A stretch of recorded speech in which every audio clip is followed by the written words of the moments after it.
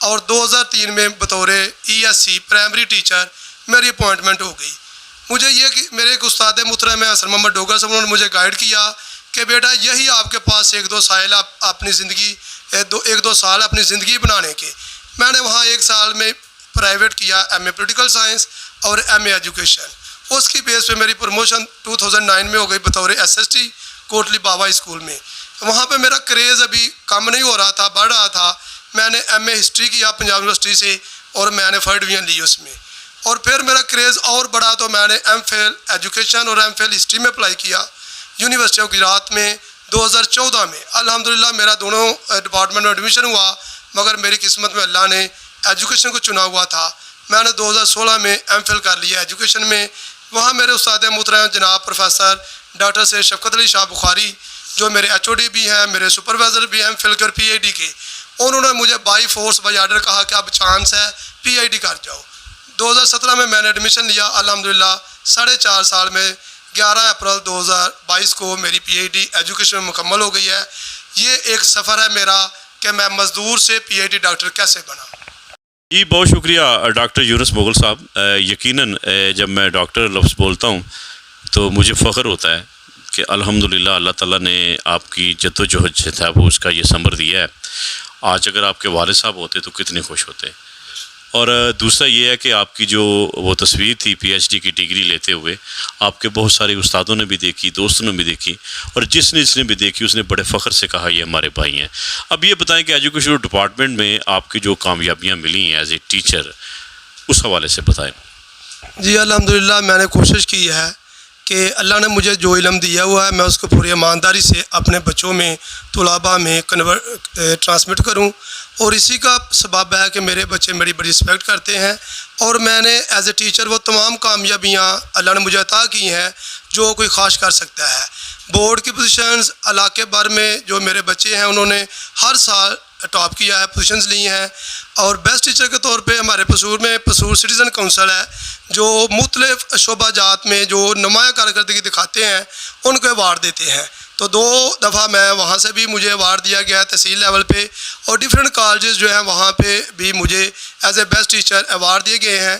میں سمجھتا ہوں ایوارڈز کے علاوہ جو میرے بچے ہیں وہی میرا سرمایہ ہے. الحمدللہ کوئی ایسی خواہش نہیں ایز اے ٹیچر کہ میں نے وہ کامیابی مجھے اللہ نے عطا نہیں کی. ڈاکٹر یونس مغل صاحب چلیں اللہ تعالیٰ آپ کو اور بھی عزتیں دے گا انشاءاللہ تعالیٰ، اور دے رہا ہے. آپ کی کامیابی ہے، اور جب آپ کے شاگرد کامیاب ہوں گے تو وہ بھی تو آپ کی کامیابی ہے نا.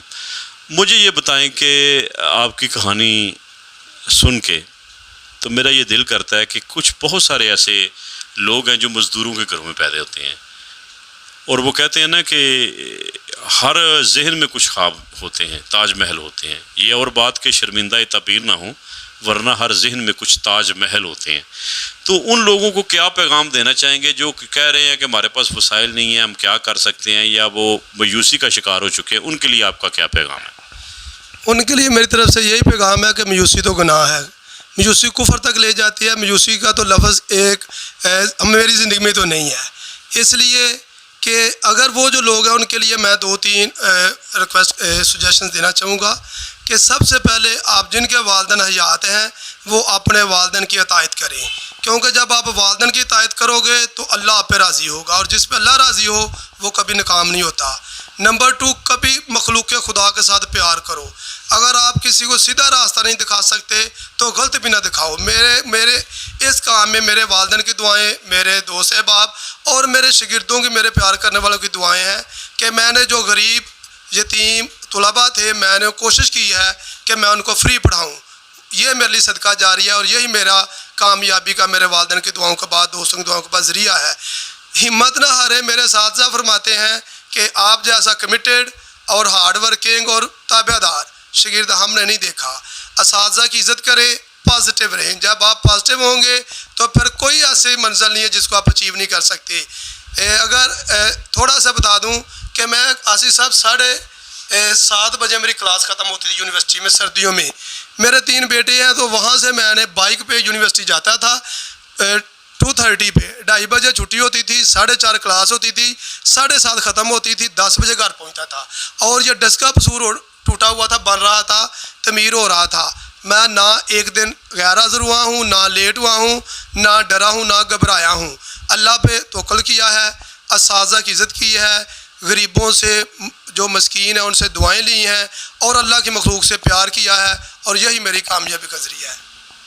کیا ڈاکٹر یونس مغل صاحب، میری یہ خوش قسمتی جی، میں ایک بہت کامیاب آدمی کے پاس بیٹھا ہوں، اور ایسی شخصیت جس نے مسلسل جدوجہد سے اپنی منزل حاصل کی ہے. تو ابھی یہ سلسلہ کامیابیوں کا جاری و ساری ہے، اور میں ان کی وساطت سے یا اپنے پروگرام کی وساطت سے ان تمام نوجوانوں سے، اپنی بیٹیوں سے گزارش کروں گا کہ جب منزل کی تلاش میں نکل پڑو تو پھر ادھر ادھر مت دیکھو.